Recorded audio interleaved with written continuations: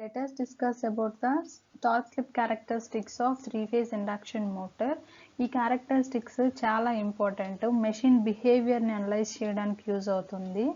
ఇక్కడ టార్క్ని running కండిషన్లోను stand still కండిషన్లోను గుర్తుపెట్టుకోవాలి. మనకి ఇక్కడ రన్నింగ్ కండిషన్ గురించి మాట్లాడుకుంటున్నాము. సో రన్నింగ్ కండిషన్లో torque formula TR equals to K2 into S into R2 plus R2 square plus S square into X2 square.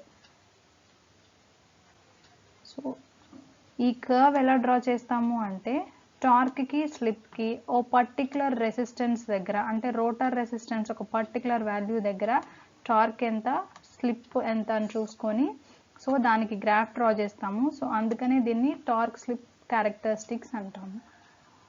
So ఇక్కడ మనకి ఫిగర్లో different torque slip characteristics కనిపిస్తున్నాయి for different values of R2. First ఏమో R2, second one 2 times of R2, third one is 3 times of R2, next one is 4 times of R2.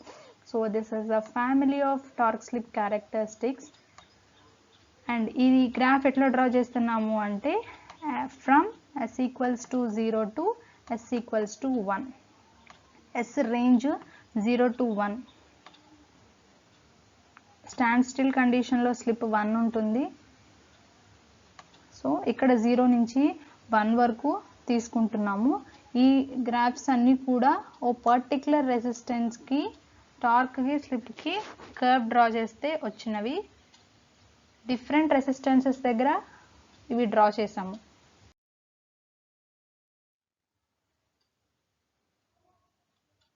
And ఈ characteristics draw చేసేటప్పుడు మనకి కొన్ని points very important.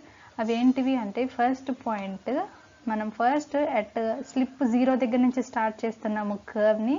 So S equals to 0 దగ్గర నుంచి start చేస్తున్నాము. So TR equals to 0, torque slip రెండు కూడా 0, అంటే ఇక్కడ ఆరిజిన్ నుంచి కర్వ్ స్టార్ట్ అవుతుంది. సో ఈ కండిషన్లో కర్వ్ బిహేవియర్ ఎట్లుంటుందో మాట్లాడుకుంటున్నాము. So at S equals to 0, TR equals to 0, అంటే ఆరిజిన్ దగ్గర ఉన్నాము. So curve starts from origin. Next condition వచ్చి అట్ నార్మల్ స్పీడ్. నార్మల్ స్పీడ్లో రన్ అవుతుంది అంటే స్లిప్ స్లోగా ఇంక్రీజ్ అవుతుంది 0 నుంచి. సో స్మాల్ వాల్యూ ఉంటుంది. సో ఈ రన్నింగ్ కండిషన్లో రియాక్టెన్స్ ఎంత అంటే S టైమ్స్ ఆఫ్ X2 ఉంటుంది. సో రెసిస్టెన్స్ R2నే ఉంటుంది.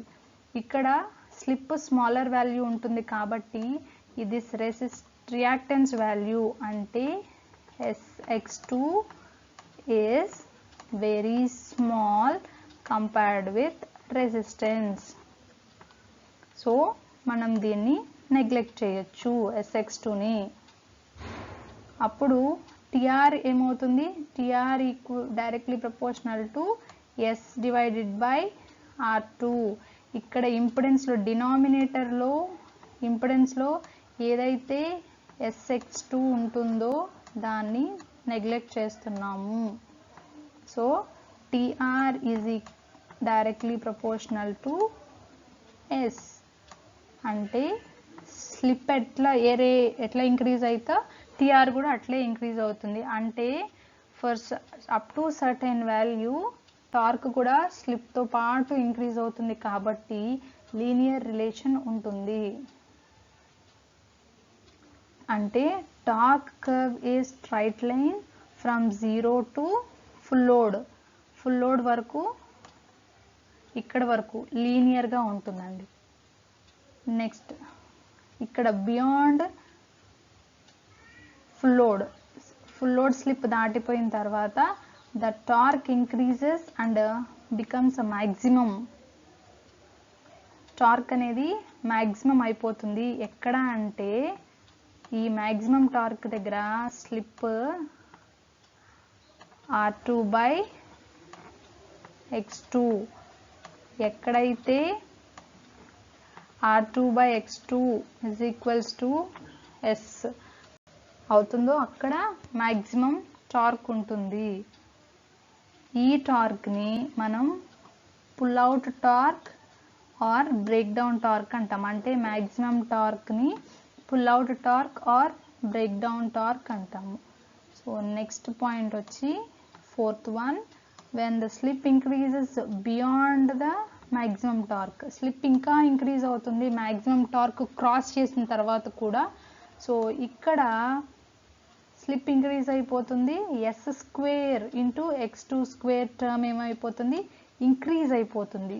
సో ఇక్కడ r2 స్క్వేర్తో కంపేర్ చేసుకుంటే కనుక ఎస్ స్క్వేర్ ఇంటూ sx2 డినామినేటర్లో ఉన్న పారామీటర్స్ r2 స్క్వేర్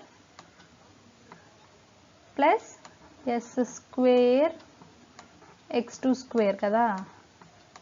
సో ఇందులో ఎస్ ఇంక్రీజ్ అయిపోతున్నప్పుడల్లా r2తో కంపేర్ చేసుకుంటే S square into x2 square term పెద్దగా ఉంటుంది, బిగ్గర్ వాల్యూ ఉంటుంది. So at this condition tr is directly proportional to s by s square into x2 square. ఒకసారి tr ఫార్ములాని observe చేస్తే మీకు క్లియర్గా తెలుస్తుంది. సో ఇక్కడ r2ని నెగ్లెక్ట్ చేస్తున్నాము. So tr is directly proportional to 1/s.